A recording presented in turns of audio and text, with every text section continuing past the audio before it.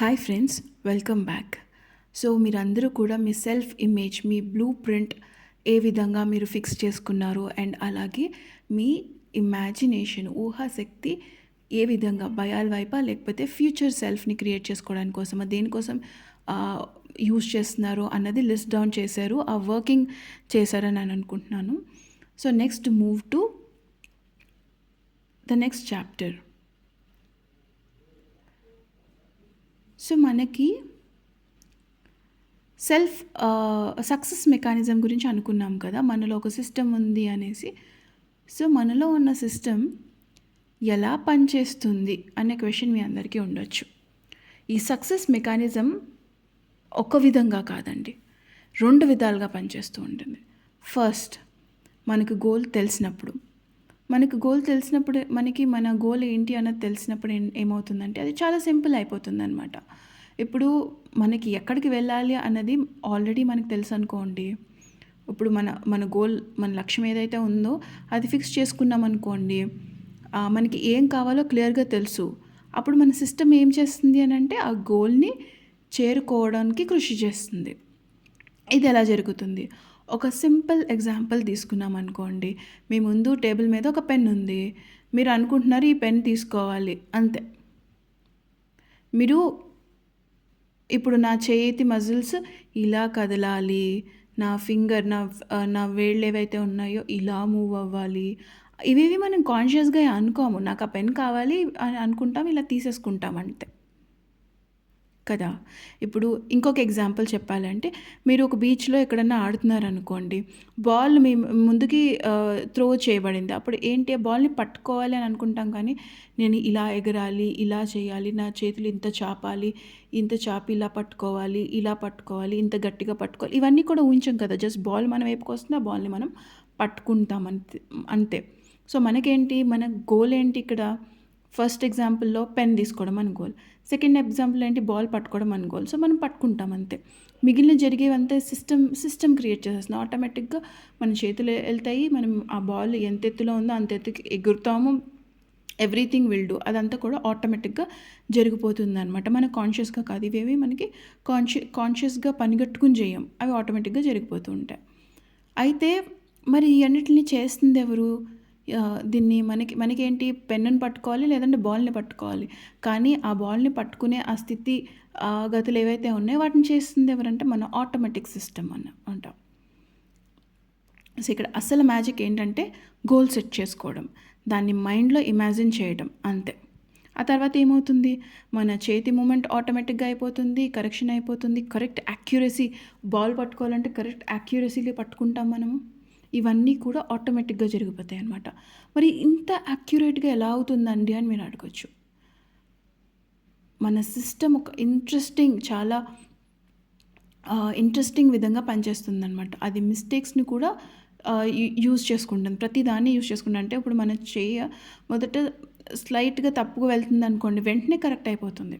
ఇప్పుడు మీరు ఒక టేబుల్ మీద కూర్చున్నారు, పెన్ అక్కడ ఉంది, ఎవరితోనో మాట్లాడుతున్నా పెన్ను తీసుకోవాలన్న థాట్ ఉంది, కొంచెం పక్కకి వెళ్ళిన ఏంటి, బ్రెయిన్ ఆటోమేటిక్గా కరెక్ట్ చేసా, కాదు కదా పెన్ ఇక్కడ ఉంది అన్నట్టు మళ్ళీ పెన్ కరెక్ట్ పాయింట్ నుంచి పిక్ చేసుకుంటాం కదా. సో ఇలా చిన్న చిన్న కరెక్షన్స్ చేస్తూ చివరికి ఏం చేస్తుందంటే మన టార్గెట్ ఏదైతే ఉందో, మన లక్ష్యం ఏదైతే ఉందో దాన్ని రీచ్ అవుతుందన్నమాట. సో మనకు పవర్ఫుల్ పాయింట్ మనం ఏం తీసుకోవాలంటే, సక్సెస్ అంటే పర్ఫెక్ట్గా చేయడం కాదు, మిస్టేక్స్ చేసినా వాటిని కరెక్షన్ చేసుకుంటూ ప్రోగ్రెస్ చేస్తూ ఉండడం, అదే మనకి ప్రాసెస్.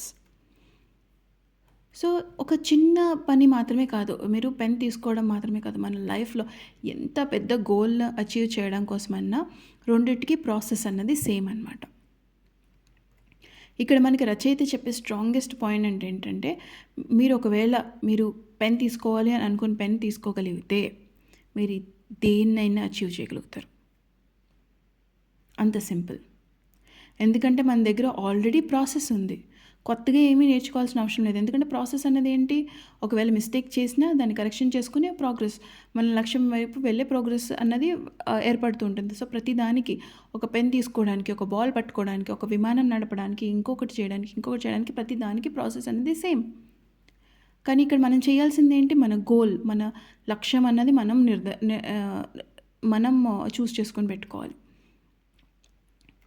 సో, మనకి ఈ ఆటోమేటిక్ మెకానిజం ఏదైతే ఉందో, సక్సెస్ మెకానిజం ఏదైతే 2 విధాలుగా అనుకున్నాం కదా!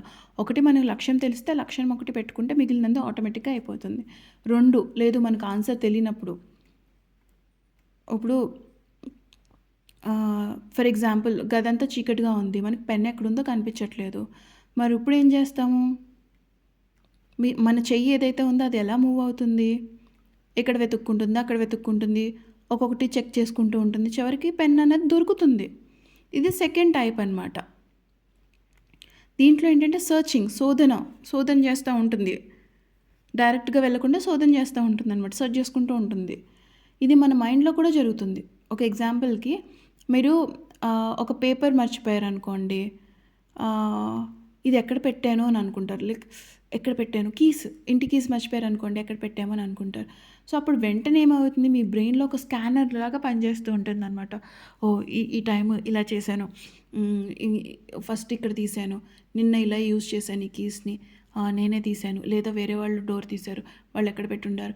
సో, బ్రెయిన్‌లో ఒక శోధన, ఒక సెర్చింగ్, ఒక స్కానర్ లాగా జిరాక్స్ షాప్‌లో స్కాన్ చేస్తది చూడండి డాక్యుమెంట్స్‌ని, అలా మీ బ్రెయిన్ స్కాన్ చేస్తూ ఉంటుంది. మీ పాస్ట్ మెమరీస్, మీ గుర్తుల్లో నుంచి, గత అనుభవాల నుంచి, పాస్ట్ ఎక్స్‌పీరియన్సెస్ నుంచి, అన్నింటి నుంచి సెర్చ్ చేసుకుంటూ ఉంటుందనమాట. ఒక్కసారిగా నాకు గుర్తొచ్చింది. ఇలా తీసొచ్చి మంచం మీద పాడేశాను. మంచం మీద ఉంటాయని వెళ్ళి టక్కున తెచ్చుకుంటాం. సో, ప్రాసెస్‌లో ఏంటి? ఈ సే సేమ్ ప్రాసెస్ మనకి ప్రాబ్లమ్ సాల్వింగ్‌లో కూడా పనిచేస్తుందనమాట. అంటే మనకొక ప్రాబ్లమ్ గురించి ఆలోచిస్తాము. ఆ ప్రాబ్లమ్ గురించి ఆలోచించినప్పుడు మన మైండ్ అనేది ఒక ఇన్‌స్ట్రక్షన్ ఇస్తుంది. దీన్ని సొల్యూషన్ కావాలి అన్నది. సో, మన సిస్టమ్ ఏం చేస్తుంది? క్వైట్‌గా పనిచేస్తుంది. మనం రెస్ట్ తీసుకుంటున్నామా, వాకింగ్ చేస్తున్నామా, నిద్రపోతున్నామా, సెర్చ్ చేస్తూనే ఉంటదనమాట ఆటోమేటిక్‌గా. చూడండి, మనం ఏదైనా మర్చిపోయి పడుకుంటాము. పొద్దున్న లెగిసాక టక్కున గుర్తొస్తుంది. ఎందుకంటే మనం నిద్రపోయినా మన బ్రెయిన్ అనేది నిద్రపోద్ది. దాని పని అది చెక్ చేసుకుంటా ఉంటుందనమాట. చాలా సార్లు జరుగుతుంది కదా! మనం ప్రాబ్లమ్ గురించి ఆలోచిస్తాము. సొల్యూషన్ రాదు. కానీ మనం రిలాక్స్ అయినప్పుడు ఒక్కసారిగా ఆన్సర్ అనేది తడుతది మనకి. సో, ఇది చాలా ఇంపార్టెంట్ కాన్సెప్ట్ అనమాట. అంటే మన మైండ్‌కి ఒక ఇన్‌స్ట్రక్షన్ ఇస్తే అది ఆన్సర్ కోసం సెర్చ్ చేస్తుంది. కానీ ఒక కండిషన్ ఉంది ఇక్కడ. మనం బిలీవ్ చేయాలి దాన్ని. దానికి సమాధానం అన్నది ఉంది. ఇది సాధ్యమే అన్నది మనం నమ్మాలి ఫస్ట్.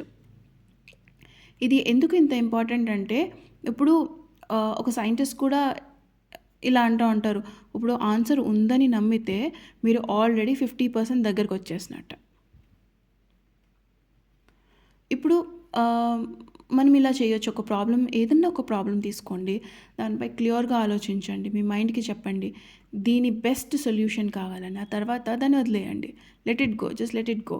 ఏమవుతుంది, మీ క్రియేటివ్ మెకానిజం, మీ సృజనాత్మక వ్యవస్థ ఏదైతే ఉందో క్వైట్‌గా, కామ్‌గా మీరు నిద్రపోతూ ఉంటే అది పని చేసుకుంటా ఉంటదనమాట.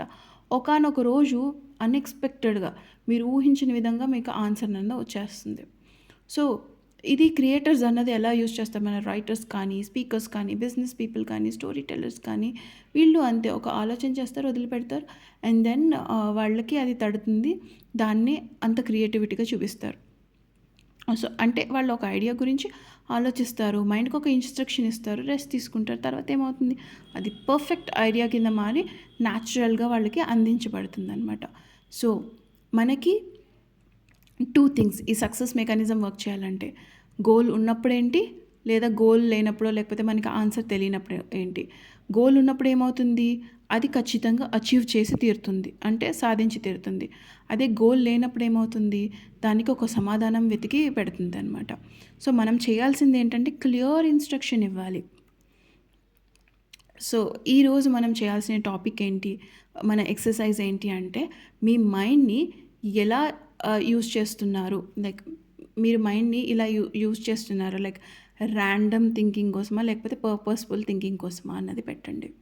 అంటే ఒక రోజువారీ జీవితం తీసుకుంటే, ఒక రోజుని తీసుకుంటే మనము మన ఆలోచనలు ఏవైతే ఉన్నాయో అవి ఏంటి, ఎంటర్‌టైన్‌మెంట్ కోసం పనికిమాలిన ఆలోచనలా, లేకపోతే ఉద్దేశపూర్వకమైన ఆలోచనలా అన్నది లిస్ట్ చేయండి. ఎవ్రీ థాట్ ఏ విధంగా పోతుంది. ఇది జస్ట్ ర్యాండమ్‌గా మనం థింక్ చేసి పాడేస్తున్నామా? ఏదో ఒకటి ఆలోచించాలి, బుర్ర ఖాళీగా ఉంది కాబట్టి ఆలోచించి పాడేస్తున్నామా? లేకపోతే చాలా ఉద్దేశపూర్వకంగా మనం ఏదైతే అనుకుంటున్నామో దానిని అచీవ్ అవ్వడానికి యూజ్ చేస్తున్నామా అన్న దాని మీద మీరు లిస్ట్ డౌన్ చేయండి, రాయండి. సో నెక్స్ట్ మనము ఏ విధంగా మనం ఈ సక్సెస్ మెకానిజంని ఇంకా ఏదైతే ఉందో దాన్ని ఇంకొంచెం డీప్గా తెలుసుకుందాం. అంతలోపల keep practicing on yourself friends. మళ్ళీ కలుద్దాం.